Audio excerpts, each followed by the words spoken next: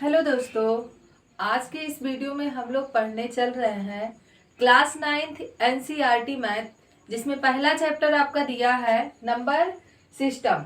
Number system में हम लोग रेशनल नंबर का डिफिनेशन पढ़ चुके थे। तो आज हम लोग एक्सरसाइज के क्वेश्चन को सॉल्व करेंगे, जिसमें पहला क्वेश्चन आपका दिया है, क्या शून्य एक परिमेय संख्या है? क्या इसे p बाई क्यू के रूप में लिख सकते हैं, जहां p और q पूर्णांक है और q नॉट इक्वल टू 0 है। तो आप सभी लोग को पता होना चाहिए कि ऐसी संख्या जिसको p बाई क्यू के रूप में लिख सकते हैं, जहां पे p और q पूर्णांक होता है और q नॉट इक्वल टू 0 होता है, वो परिमेय संख्या अर्थात रेशनल नंबर कहलाता है। अब देखिए, अब हम बात करते हैं शून्य की। तो आप जानते हैं कि 0 को हम 0/1 लिख सकते हैं, किसी भी नंबर में हम उसके बटे 1 करके लिख सकते हैं। तो इसे भी लिख सकते हैं। अब देखना है कि 0 और 1 क्या दोनों पूर्णांक है? तो बिल्कुल सही है, दोनों हमारा कैसा है? पूर्णांक है। और कंडीशन क्या है कि q नॉट इक्वल टू 0, यानी डिनोमिनेटर में जो संख्या लिखा है वो 0 नहीं होना चाहिए। तो आपको पता है कि 1 नॉट इक्वल टू 0 है, यानी इसका सॉल्यूशन आप क्या लिखेंगे? आप लिखेंगे हाँ शून्य एक, आप लिखेंगे हाँ शून्य एक परिमेय संख्या है। शून्य एक परिमेय संख्या है क्योंकि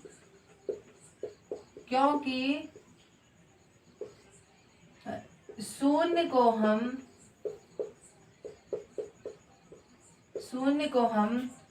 0/1 अर्थात ब्रैकेट में आप इस चीज को कर लेंगे, अर्थात p बाई क्यू के रूप में लिख सकते हैं। ये हो गया आपका आंसर पहले का। अब देखिए, जो इसमें सेकंड क्वेश्चन दिया है, सेकंड क्वेश्चन आपसे कह रहा है 3 और 4 के बीच में 6 परिमेय संख्या ज्ञात कीजिए। आपको हमने बताया था कि हमारे पास कोई भी दो नंबर है तो उस नंबर के बीच में हम इनफाइनाइट रेशनल नंबर निकाल सकते हैं। अब यहाँ पे हमारा दिया कितना है?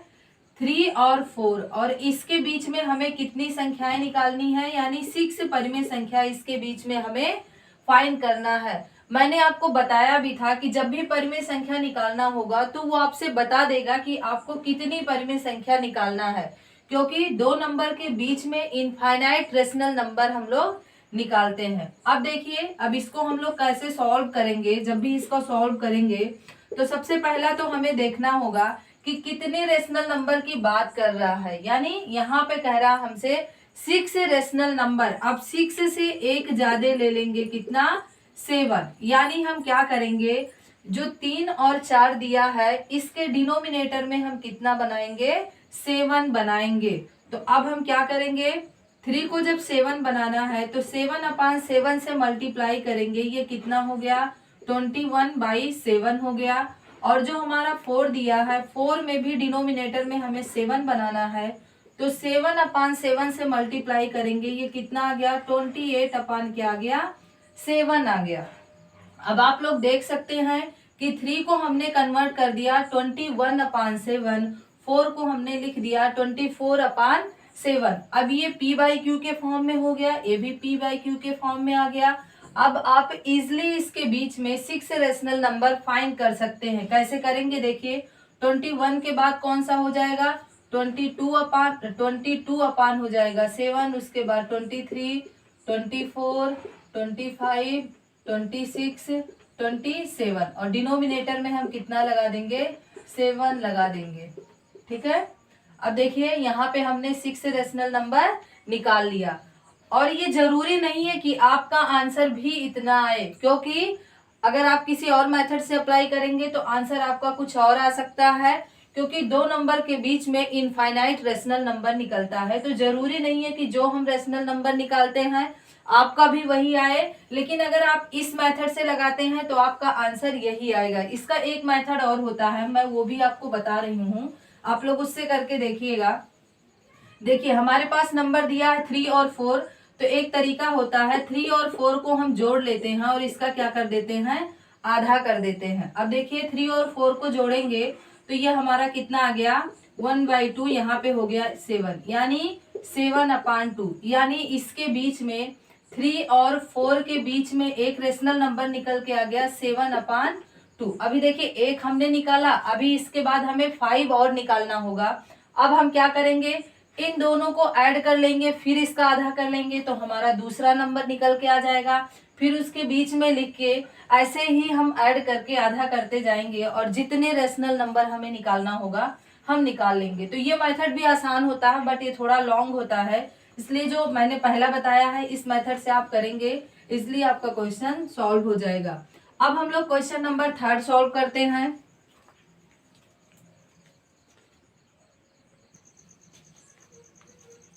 क्वेश्चन 3 आपका दिया है कि 3/5 एंड 4/5 के बीच में 5 परिमेय संख्या आपको बतानी है, या 5 रेशनल नंबर आपको क्या करना है, फाइंड करना है। अब देखिए इसके पहले जो क्वेश्चन हमने किया है, सेकंड क्वेश्चन, जो उसमें नंबर दिया था वो होल नंबर था और यहाँ पे p/q के फॉर्म में दिया है। तो देखिए अब ये जो दिया है इसको हम नोट करेंगे कि क्या क्या चीजें हमारा दिया है, 4/5।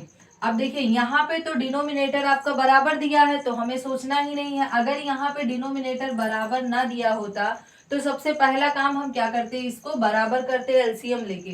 तो यहाँ पे बराबर दिया है और हमें कितना निकालना है, 5 रेशनल नंबर निकालना है। यानी कोई ऐसा नंबर हम उठाएंगे जिसका मल्टीप्लाई दोनों रेशनल नंबर में कर देंगे, फिर उसके बीच की संख्याएं हम लोग लिख ले जाएंगे। अब देखिए यहाँ पे 5 निकालना है तो 5 से एक ज्यादा हम दोनों में क्या कर रहे हैं, 6 से मल्टीप्लाई यहाँ भी कर देंगे और 6 से मल्टीप्लाई यहाँ भी कर देंगे। अब देखिए यहाँ पे करेंगे कितना आ जाएगा, 18, और 5 का 6 में करेंगे आपका 30 आ गया। अब यहाँ पे 4/5 को लेंगे, अब यहाँ पे जिस नंबर से मल्टीप्लाई करेंगे वही यहाँ भी करेंगे, तो यहाँ भी हम 6 से मल्टीप्लाई करेंगे। अब देखिए यहाँ पे हो जाएगा 24 और यहाँ पे कितना हो जाएगा, 30 आपका हो जाएगा। अब इसके बीच में हमें लिखना है कितना, 5 रेशनल नंबर। तो देखिए 18 के बाद क्या आएगा, 19, उसके बाद 20, उसके बाद 21, 22, 23। ये देखिए 5 रेशनल नंबर आप लोगों ने निकाल लिया। ये आपका आ गया थर्ड क्वेश्चन का आंसर। अभी देखिए अगर आपको इससे ज्यादा रेशनल नंबर निकालने हो तो यहाँ पे आप 6 के बजाय 7 से मल्टीप्लाई कर देंगे, 8 से मल्टीप्लाई कर देंगे, मतलब आपको डिनोमिनेटर को इक्वल बनाना है। इक्वल बना के फिर इसके बीच की संख्याएं आप लिख ले जाएंगे। तो ये आपका हो गया। अब हम लोग क्वेश्चन नंबर 4 सॉल्व करते हैं। क्वेश्चन नंबर 4 में देखिए क्या कह रहा है आपसे,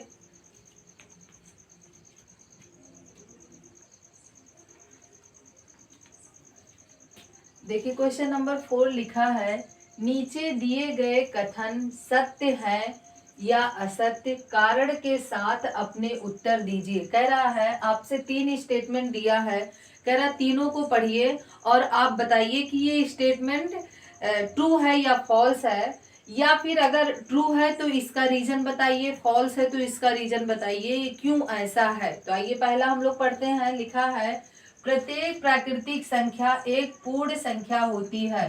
प्राकृतिक संख्या यानी आपका नेचुरल नंबर और पूर्ण संख्या यानी आपका होल नंबर। अब देखिए कह रहा है जितनी भी प्राकृतिक संख्या होती हैं सभी पूर्ण संख्या होती हैं। तो यह बात बिल्कुल सही है, क्योंकि आप जानते हैं जब भी हम प्राकृतिक संख्या को लिखते हैं तो 1 to इनफाइनाइट चलते हैं और पूर्ण संख्या को लिखते हैं तो हम 0 to इनफाइनाइट चलते हैं। इसलिए इसका रीजन क्या हो जाएगा, सत्य है, क्योंकि सभी प्राकृतिक संख्या और शून्य के संग्रह से पूर्ण संख्या बनती है।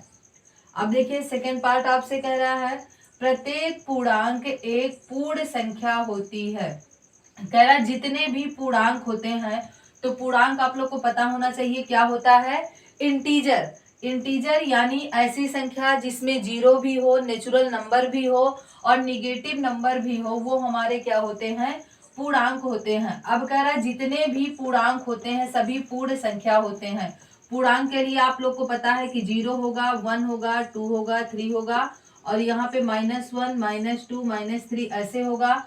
और पूर्ण संख्याएं जो होती हैं 0, 1, 2, 3, 4। अब आप खुद ही देखिए, दोनों का एग्जाम्पल कह रहा है कि पूर्णांक जो होता है वो सभी पूर्ण संख्याएं होती हैं। अब देखिए, पूर्णांक में आपकी निगेटिव संख्याएं भी तो आती हैं, जबकि पूर्ण संख्या केवल और केवल 0 से स्टार्ट होता है और कहाँ तक जाता है, इनफाइनाइट तक। इसीलिए ये आपका क्या हो जाएगा, ये बिल्कुल रॉन्ग हो जाएगा, असत्य हो जाएगा, क्योंकि ऋणात्मक पूर्णांक एक पूर्ण संख्या नहीं होती है। यानी जो ऋणात्मक में संख्याएं लिखी है, नेगेटिव नंबर्स लिखी हैं, वो आपका एक होल नंबर नहीं होता है।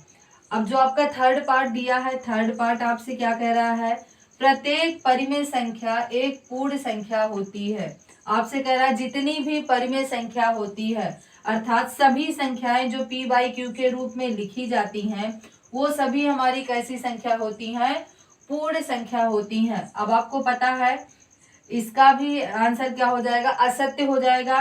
क्यों हो जाएगा ये हम देखते हैं। सबसे पहले देखिए, लिखा है असत्य है क्योंकि परिमेय संख्याएं, अब परिमेय संख्याएं आपका कुछ भी हो सकता है, 3/2, 1/2, 4/3, ऐसे आप कुछ भी लिख सकते हैं। यहाँ पे हमने लिखा इत्यादि, पूर्ण संख्याएं नहीं है। ये सब देखिए, ये सारे जो हमने लिखे हैं ये सभी कैसी संख्याएं, हमारी रेशनल नंबर तो है, लेकिन ये हमारा एक होल नंबर नहीं है, क्योंकि होल नंबर होने के लिए 0, 1, 2, 3, 4